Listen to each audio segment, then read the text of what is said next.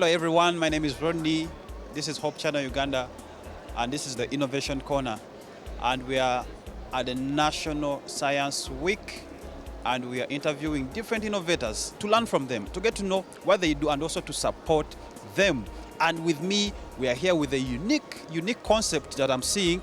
I'm seeing such a huge machine. I don't know what it does. I'm seeing a character that has life, because I can see as if they are breathing. So this gentleman right here is going to explain what this is. He's going to tell us what it does, what they do, what's their mission, what are they trying to do, and how can we support them, and also what's the value from them. So, sir, we are happy to be with you. Happy to have you here as well, and happy to be here. What's your name, sir? My name is Ronald Kaima, and I am from Tech Anatomy, which is part of the Deep Tech Center of Excellence, and we run the Multimedia Hub in Namambe. Okay, Tech Anatomy. So this company is called Tech Anatomy? The company is Tech Anatomy, but we are part of the Deep Tech Center of Excellence as the Multimedia Hub. Okay, now, first of all, tell us what multimedia is, and also we jump a little bit deeper into what Tech Anatomy does. So basically, when we talk of multimedia, we talk most things that are digital and in form of entertainment or information giving. So in our case, that would fall under animation, film, game development. We also have a green room where we plan to do filmmaking from a virtual production side. Virtual production is just that mix of live action, like what you do with your cameras and you being here, but the background and the environment is made out of 3D assets. So everything around you is digital.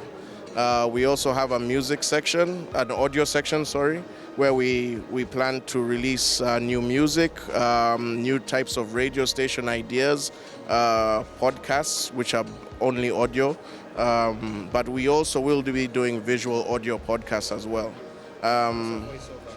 Also voiceovers for the acting and for the games. So anything audio, we can do it. Anything visual, we can do it. And our main goal is to increase the amount of digital content coming out of the country and ultimately Africa, and to really have Uganda be the capital of digital work. How did you guys get love for this? Because I don't know, do we really have good paying customers here? Because there's a time when I was doing graphics and some little bit of video editing.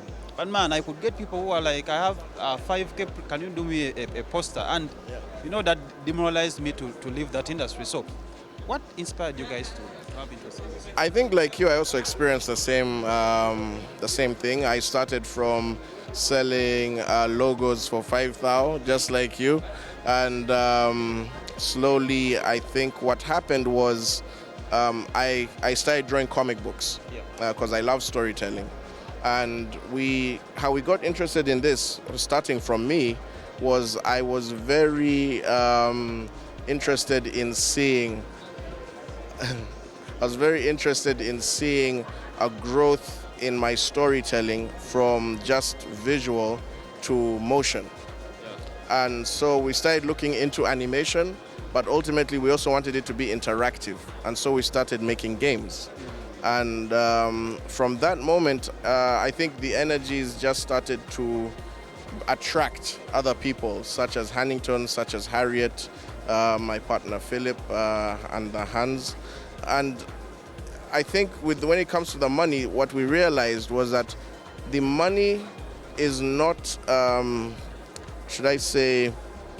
is not there yet where it should be. But that's also because there's not enough content out on a high quality level. So the experiment started. We said, what if we create high level quality and see who is attracted to this? And first it started internationally. Our clients were first international clients who took notice. And from that moment, it also kind of boosted our reputation, and the amount of money increased per job. So it's not that it stayed at 5,000. It just, the more work we did, the more recognition we got, also allowed Exactly. But now we want to also change that. We want that anyone who is creating content can actually earn a large amount of money from what they do. So one of our actual projects that we're doing under the Deep Tech Center of Excellence is to create a gaming console, basically Africa's own PlayStation or Xbox, something of that nature, and also a platform of our own that people can put their content on and monetize it. Okay, now how have you really used artificial intelligence in this type of business? Okay. Yeah. Okay, so I think first of all, artificial intelligence is not new. It's just newly exposed. So softwares over time have been implementing AI structures to make things simpler. And that is exactly what we use. So another thing we do when we are in our creative mode, when we're creating, is we have found pipelines that shorten the process of creation. Why this is important is because Africa is not Europe. We don't have the same resources that would be available for creators to sit down and create something for a year, 2 years, 5 years. So it only makes sense that using softwares that do embrace AI to shorten a process of creation but deliver high quality would be at an advantage, and that is exactly what we have done. So a lot of the softwares that we have chosen for all the pipelines that we use, whether it's audio, visual, gaming, have AI embedded to make the process faster and easier for anyone to create. Okay, now let's talk about gaming. Yes. So I want you to explain a little bit more about the games. And yeah, I just want to know more about the game. Okay, so the game started from, like I said, in comic books. So storytelling. What we were very interested in was the open source software known as Unreal Engine, where before previously you would have to pay a lot of money for a game engine, and game engines are what you use to create games.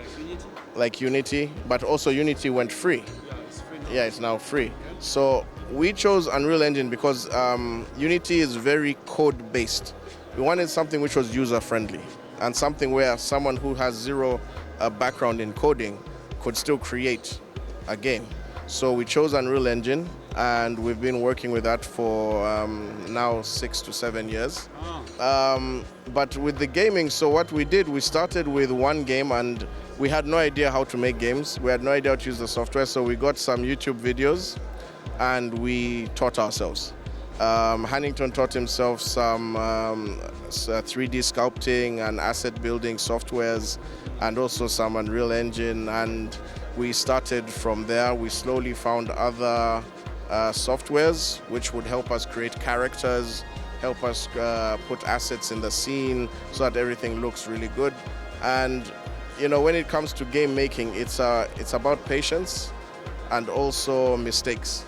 So you make a lot of mistakes and you learn from them, and that's where we are now. I think the first character code I built was so huge and useless, you know, and then now when you look at my character code, it's like really small but very, very impactful. So it's been a process, and we do, because now we're revamping most of our games since we have now joined with the Deep Tech Center. We are revamping the games to make them more, not just African, just to look better, to work better, because now we do have the resources to do that. And we hope to be releasing games between this year and the next. Now I have a question. Yes. Be technical, but just to learn from you. If we compare animation, 3D animation and games, which one is easier? 100% animation. It's easier? Animation is a small segment in game making. Okay. It's an important segment, but it's still a small segment. When you talk about game making, you're talking about coding, you're talking about components and functions, you're talking about systems, you're talking about databases. When you're talking about animation, you're just talking about set dressing and animating. So it takes much more to make a game. So how long does it take from when you start maybe with the concept up to the finish? When it comes to game making, the time taken depends on the type of game you're creating. So for example, we're currently working on 5 games simultaneously. And one game is Sunjata, Trumpet of Last Day, which is a hyper-realistic game.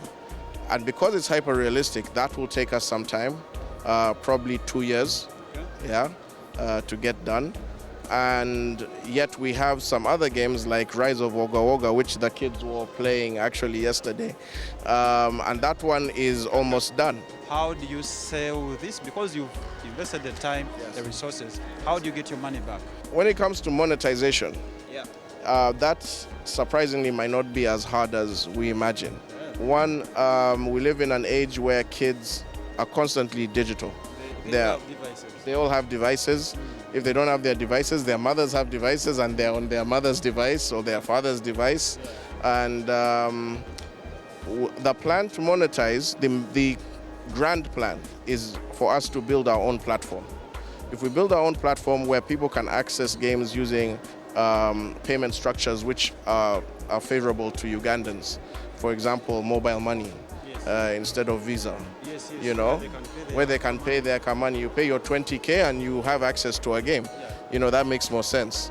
I think that's a component which is really hard. People are like, put in your Visa, whatever. Exactly. This also reflects to what I think is very necessary, which is our own hardware, our own console. And this is because right now, if you look at, like, for example, when the PlayStation 5 came out, it was $500 in the US. After it is imported into Uganda, it's $1,000. How does a Ugandan kid go to his parent and say, I want that thing, and it costs $1,000? It doesn't make sense. So if we can create a console which can be at least under $500, you know, that would make sense. That would, I mean, not $500, 500,000 Ugandan shillings. You know, that would make so much sense to, okay, it costs this much, but my kids shall be entertained. We can have some educational games. We can have things which are based on our culture, because also censorship is very important. Right now, you have so many shows which are not appropriate for kids, or let me actually be specific, for African kids, because we do not entertain certain things. And how do you protect your child from that when the internet is open to all? So you'd rather have an African console with African content, with African values and culture. And I think that is why monetization of that will not be very hard. I think it's something a lot of African people would love to see, would gravitate to. And I think it will also grow us in the economy. Because right now, you look at the gaming sector, we're not even considered in these statistics.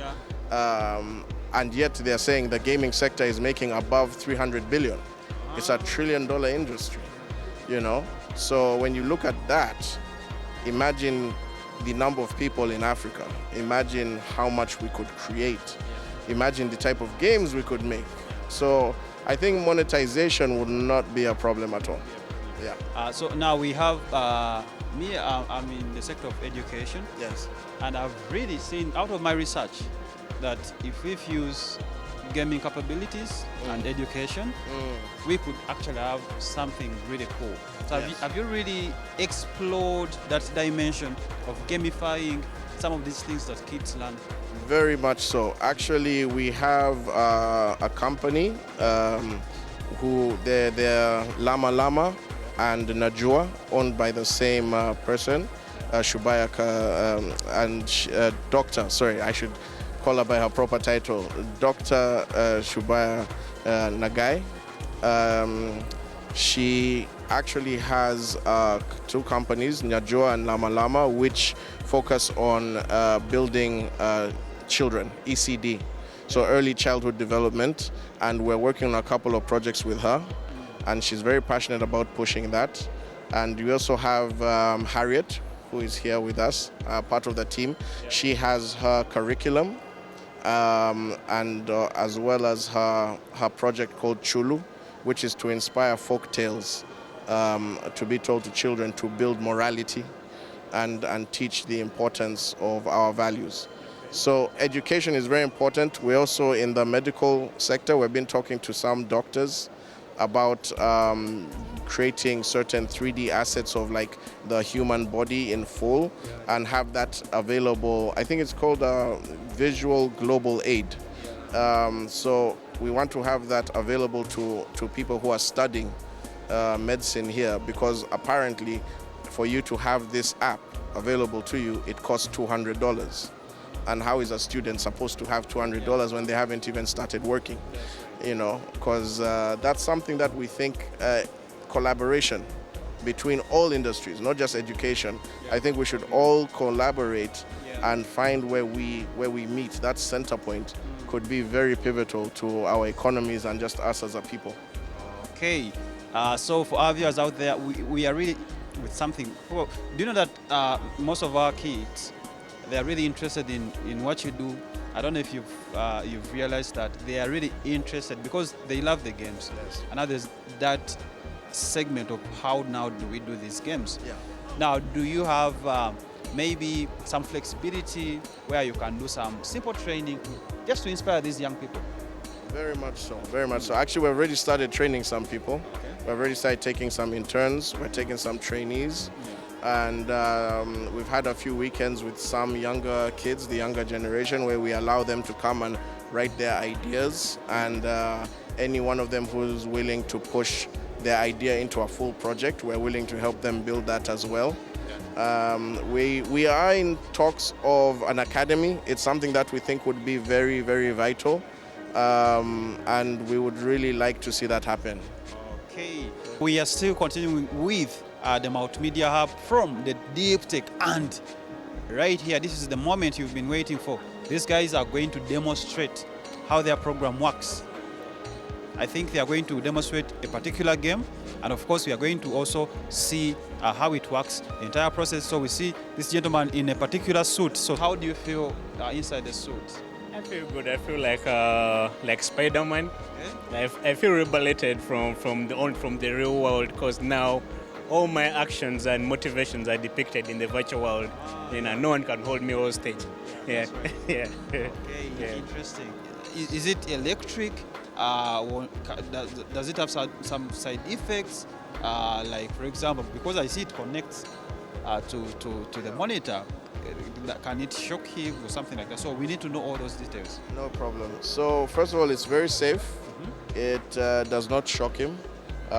Maybe at the very least, because it is a full body suit, it can get a bit hot or warm. But if you're in a cool place, you're very fine. So these are nodes. And what these are doing are sending Wi-Fi signals to the Wi-Fi router, which is on top of that screen. So these joints, they all connect all to this wiring at the back. And this wiring is connected to this receiver. We have the receiver here. Yeah, so this is the receiver right here. And the receiver is being powered by this battery pack, which is on this side. Okay. Yeah.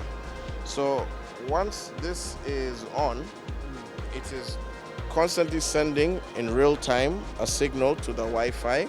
The Wi-Fi is receiving that signal and then putting it into the software in electric speed. So that's why any little moment, there's very little lag. It gets him almost instantly to every motion that he does without any delay. Oh, We always start with capturing his motions, which you can see the software is now linked to him through this Wi-Fi router. And it's picking up all of his motions through sensors that are on the inner lining of the suit. So everything he does is translated into digital 3D motion. And here is where I can control how I want to see. I can zoom in, make sure everything is okay. And once we're done here, and then we go into the Unreal Engine, where you'll be able to see that he has the ability to exist as a character. where is him? Here? So he is not here because what we do here is we record, save the data, and then send the data. Exactly. So what I'm going to show you is data that was saved and put to fit into the world that exists. So as you can see, this character, these are pre-recorded animations.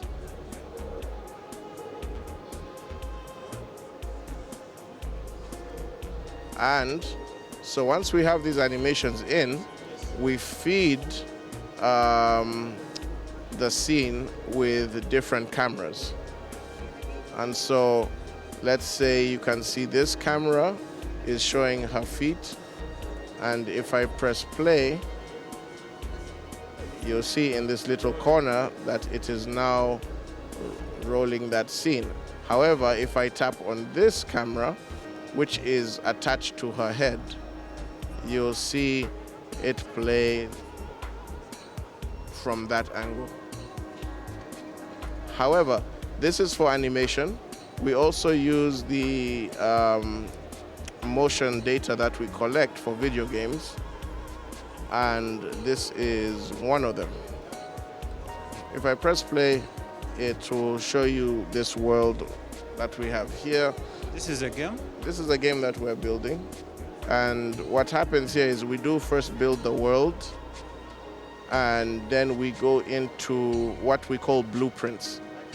Blueprints is a new form of coding. And for example, if I was to enter this blueprint over here, this is the code. And this is how the code is viewed inside the Unreal Engine. So you can see all this code with its comments, animation, syncing to skeleton, and all of that. And right now, okay, you can see that there are some errors here and there based on animation, but these can be fixed very quickly.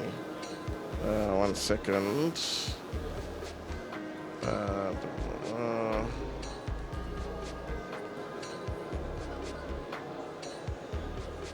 So now if I come here and I press play, you can see the character is moving.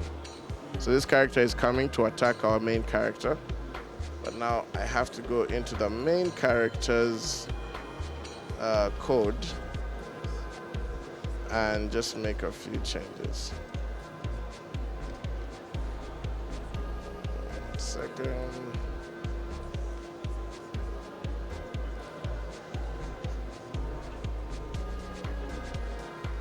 So basically, this is how we collaborate our motion data. The motions that the other gentleman feeds us is the same motions that we use here in the games. In the games, exactly. That means our games can also be realistic, since it gets from real people. Exactly.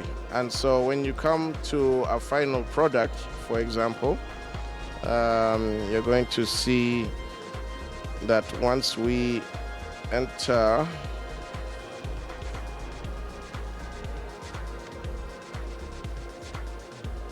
after we have rendered a scene and everything, you get something like this. So obviously there's a bit more, like you set up your lighting, you set up your scenes, your environments, but really once you have gotten past the animation part of it, you are very much done with your project. So this is a trailer for animation, a 20-minute animation on YouTube called Sunjata Heart of the Monster, which is an animation we made of one of our video games to promote a video game called Sunjata Trumpet of Last Day. And you can find that on YouTube. Yeah. So thank you so much. So we've been with the Multimedia Hub, found in a deep Deep Tech Center of Excellence, and they are really doing something really interesting. Keep this conversation going, and also we can be part of the journey towards making sure that some of these technologies are here and we can consume these technologies and also support the young people. Thank you so much. This is the Hope Channel Uganda, and we are on the Innovation Corner.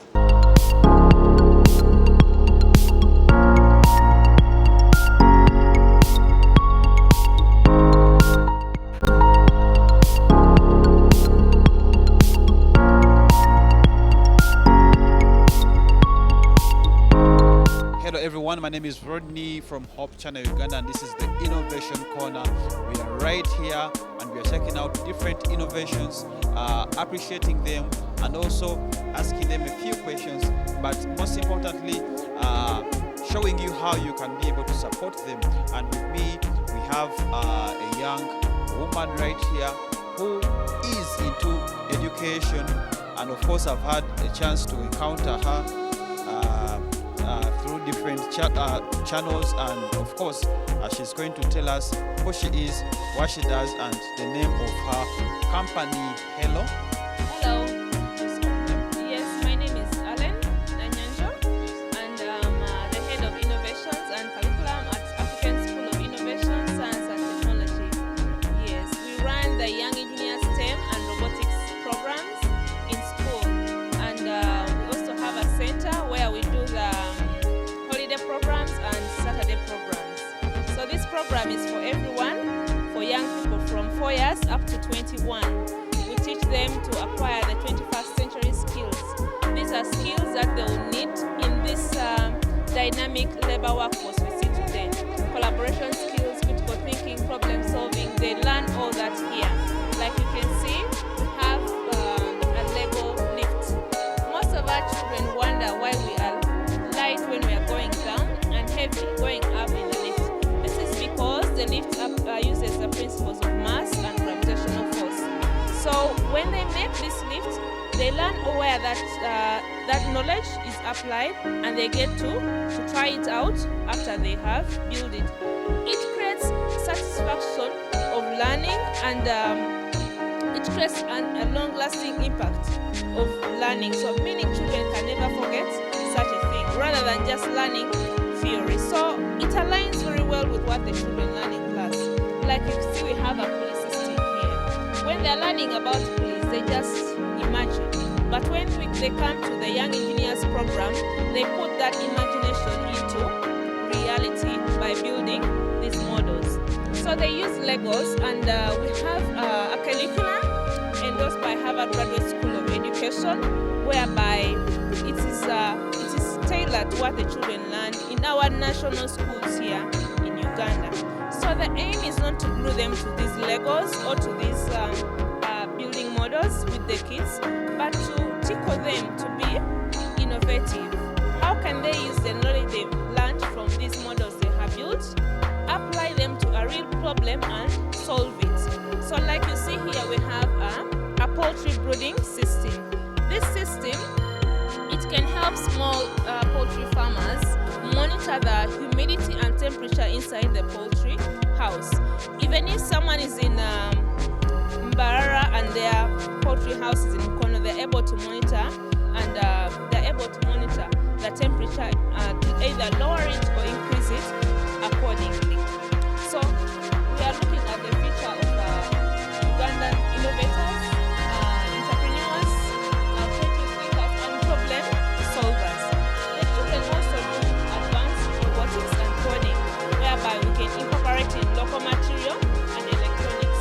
As we can see in this cyber truck, and as we will see what will happen on the field there, we will see much more advanced robots right there on the field.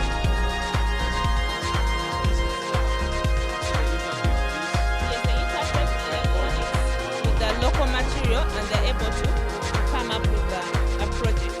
With this, we believe the innovation can start from as small as this to as big as what we see the Kira Motors people are doing with the electronic.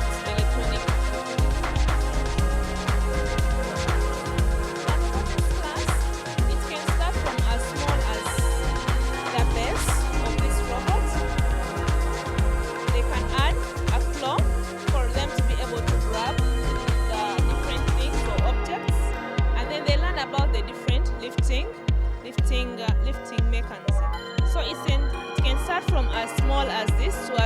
works as a competition robot that they can use in a competition.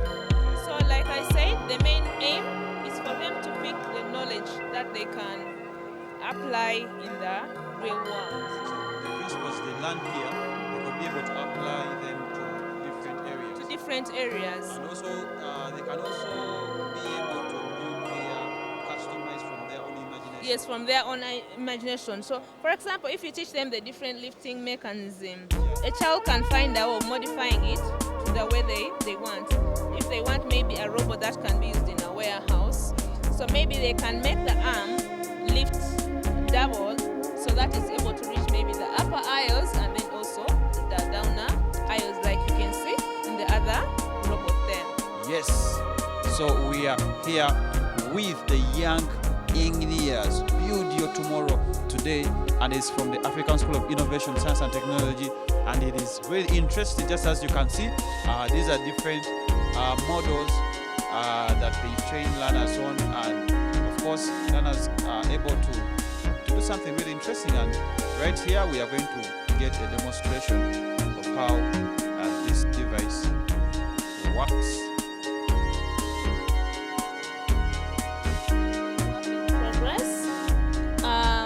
Like now, there are children who are designing this. They were given a challenge, and the challenge was for them to design a robot that can score cubes in a container of a certain height. So you see the other robot, yes, it can score, but not very high. So they thought of a way they can make a double plus a bar. So they doubled up the other arm, they make it bigger so that they're able to reach that goal. Yes, and that is.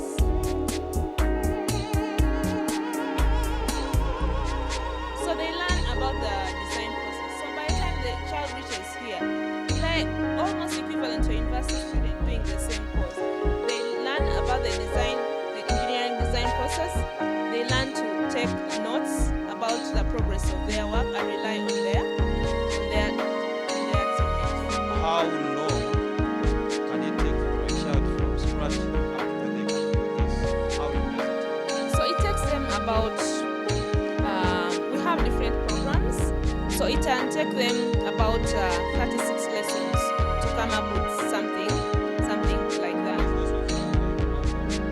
The lessons are 3 hours. We normally start at 9 and end at 1, even during holidays. Throughout the week, the lessons start at 9 and end at 1. So then you have clubs in schools. Yes, we do. So what are you in schools? Are they primary school, are they secondary, are they national, are they international? Yes, this is a program for every child, even if be it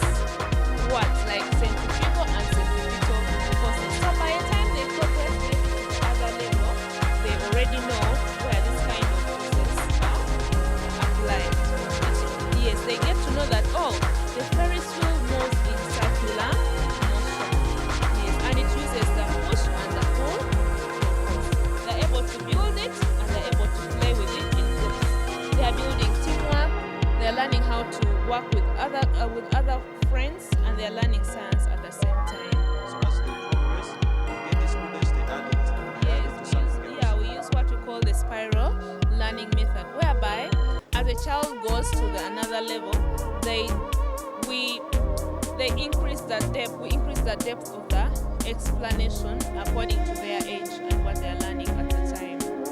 Yes. Okay, really interesting. So, meaning the projects that you showed me, like the other one, that one was of which age group? Between 8 to 14. Yes, 8 years to 14. This is a much more complex robot compared to the others we have been seeing. So it uses a controller. This controller pairs with the brain, powered with a battery to work. What is a brain? So the brain is a central command of everything else attached to this robot. Yes, when we power it on, it pairs with our controller. Because we have programmed it using a computer, we load the code here. When we run it, we're able to do whatever commands we have given it on the computer. So this robot's goal is to intake the disk, use this belt, intake the disk and score them on a stake. So it has this what we call the pneumatics tanks. They keep in air and they make it easy for the robot to the stake at the back. So it can move.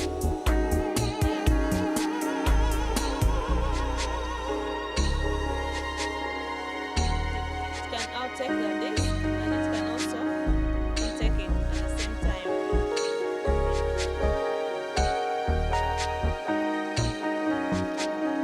Yeah, that's how it's supposed to be. So this was built by students aged between 13 to 16. Yes, What is this? so this is all part of the game. Yeah, so there were some parts that were removed, but at a certain point, the robot can climb on this, just like the way we see this one, how it is hanging. So they can build a mechanism that can help it to hang. Can maybe hang on this level or hang on this one. So like we saw in the double lift mechanism, the other one, so it can be like that. The mechanism can be long, can be short, but when they use the controller, they can activate it and it's able to hang up here. Yes. Now, I have a few questions now. What's the pricing of this? Because I see part of our learners, part of our audience, we already have parents who want to enroll their kids some of these programs. What is the price point? Well, our programs are very affordable and we provide the best STEM programs in the country. So it is only 30,000 per class. So you give them like a rollout of the curriculum, the number of classes, Yes, so it is 30,000 per class, but someone we also allow those who want to pay for the whole year or part time. So when you're dealing with schools, Yeah. So our charging for the schools matches with the school fees for each school. Yes, so we try to subsidize the fee so that it is affordable to the schools so that they can afford the program. Yes, any school can afford the program. Yes, that is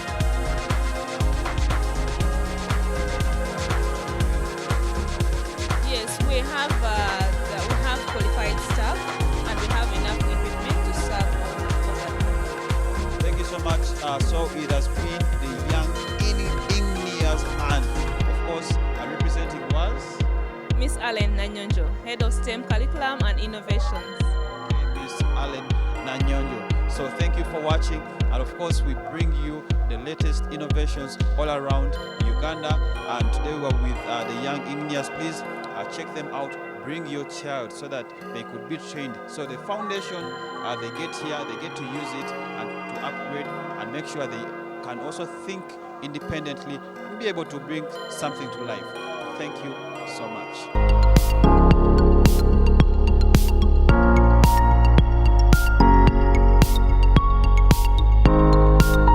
Hello everyone, my name is Rodney, this is Hope Channel Uganda, and the program is called the Innovation Corner, and we are right here at the National Science Week.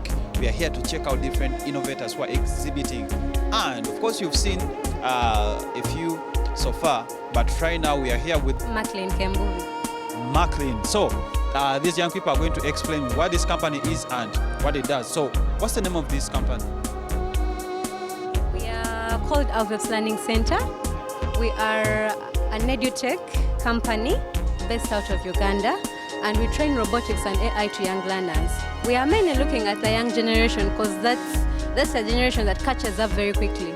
The adults have really left, they have so much to catch up with. So these young brains are the ones we are looking at to give this knowledge so that they can be the next future. Because when you look at where the world is going now, that's where we are heading, the world of AI, the world of robotics, where the humans will no longer be doing most works, and the machines are the ones doing most of this work. For viewers out there, please, if you have your child and in the holiday all they do is watch TV, okay, you can please enroll them and they can be able to learn these skills in robotics and also in artificial intelligence. Okay, here we are. So please tell us what we have here. We are coming with our three kind of projects. One is obstacle avoider. We call it as edge avoider. This is a similar project from real world cars, the driverless cars, driverless buses, driverless vehicles. Now this one is working in these sensors. This sensor is release the rays. Immediately the rays are emitted to the sensor, it's moving forward. If the rays are not emitted to the sensor, it's come forward and take a diversion. No, it can't fall. So here it can't fall because here is sensor. Is sensor, you see the sensor was the rays are reflected to the sensor, so that's why it's moving forward. The rays are here, the rays are not emitted, so that's why it's coming back and take a diversions. So this is called one kind of project. This is from Skylifter, from real world industries, ports, the minings, the hospitals, the construction areas. So this kind of skylifters are using to lift heavy packages. Now here, this is our simple coding. To even the children, they easy to understand how to build the code and how to build the missions. This is completely using hand gestures in our hands. It's completely using our hands. Hands. I will show my palm. It's moving. It lifts. Yes, sir. So I will show you. If I show my palm. Here, it's detect our hand poses. Here I give my hand poses. This is from lifting. Now this down. This down from my back side of my palm. It's going down. We already give the commands. Now I click trial mode. The software, yes, it's software collecting our data, store it on the database. Then after that, I show my palm. It's what? Now it's collecting the data.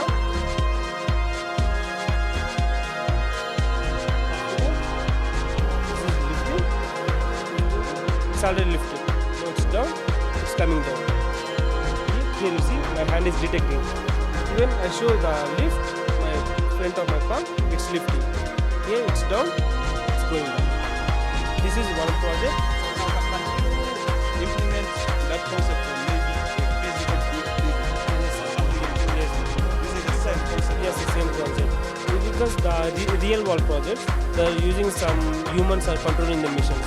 So we try to implement how to do automation for construction sites, in the vehicles, in everywhere.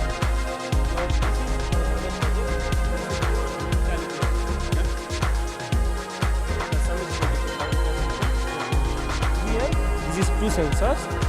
I touch here, it shows 1. I touch here, it's 1. Again, it's 2. Again, it's 3. Again, I touch here, it shows 2. Now I hold this one, it's 5. Calculator. Yes. So now who are the people, maybe the potential customers who use this type of calculator? Some kind of people are using normal calculators. So we try to implement the automation everywhere. We do implement robotics and AI to every industries. It's like finance sectors, agriculture sectors, and also the industries, sports, everywhere. This is one they are used to just press the hand to the calculations without pressing. Just you tap here, we'll touch the sensors, show the numbers. Now, this is one kind of project from graduation level students. We are coming without agriculture industries. Now, the poultry farms, the in-house farming, some temperatures is very high, some temperatures is very cold, the humidity was increased. So there we are using some sensors. We place it on the warehouse to somewhere places. So that's what the sensor, it's detect the temperature. The temperature is very cold. It's automatically send our app. We build one app. So it's automatically send it on the app. Even the farm owner is react and go it from and set the temperature. This is from manual temperature. We also try to implement the automation. If the temperature is very high, in the farm we place it somewhere in the sensors. If the temperature is very high, the doors will open automatically. So that's what we are coming without. Okay, so now, do you also teach kids to come up with such projects? Yes, sir. We also give the training for young learners to improve their mind skills, because most of the students, they struggle to reach the technology. So we are missing this kind of projects in my younger age. So that's what we are coming with to implement this program to young learners to improve their mind skills. Or by end of this program, they gain communication skills, mission building, and designing, programming, coding, the main thing is team building, and also time management. So creativity skills, designing skills. So these are the most important skills in the real world software industries. Now, talk about AI. What do you do in AI? What do you train learners in AI? In young learners? In young learners, we also, so most of the peoples are using AI. It's like our work is very less to decrease the stress. So here we see so many kind of importance for AI. It collect data in entire world to give it us within shortly. Even I ask what is robotics, it give immediately what is robotics. So that's what we are using AI. And also the two more kind of benefits and disadvantages of the AI. Advantages, we reduce our time to get more information. The disadvantages, so many people are losing jobs. So that's what we are using our brains to how to use AI. Not depends on the AI in everywhere. We use some kind of places because I'm doing my job. In my job, I don't want to waste so much of time to searching from products anywhere. So I go to ChatGPT, then I ask, I want this product, please give me information. It gives information. So here I decrease my time to save my more time. So that's what we are using AI, some more places. The rest of things we are using our brains, because the humans also create the AI. So that's what we are using most of the times, our brains. Okay, now what's the name of the company? My company is Alvips Learning Center. It's located in Clement Hill Road, Ubra Building, first floor. Okay, thank you so much. So we've had these young people, and they have a learning center where they train young people in robotics and artificial intelligence, and they've been able to show us all these models, and they're really interesting. Something that you can control with your hands like this, that is something really interesting. So for parents out there, and you have young people, and then you don't know what to do with these young people, please bring them to such hubs so that they can be able to learn something and they can be able to build something really interesting. And yeah, thank you so much. So how do they find you? So you talked about your building, but do you have like a website where they can go and... We have a website, alvipslearningcenter.com. It's called what? alvipslearningcenter.com. Okay, so we are going to be leaving their website here so that you can reach them out and be able to, give them a call and schedule a meeting with them. Thank you so much.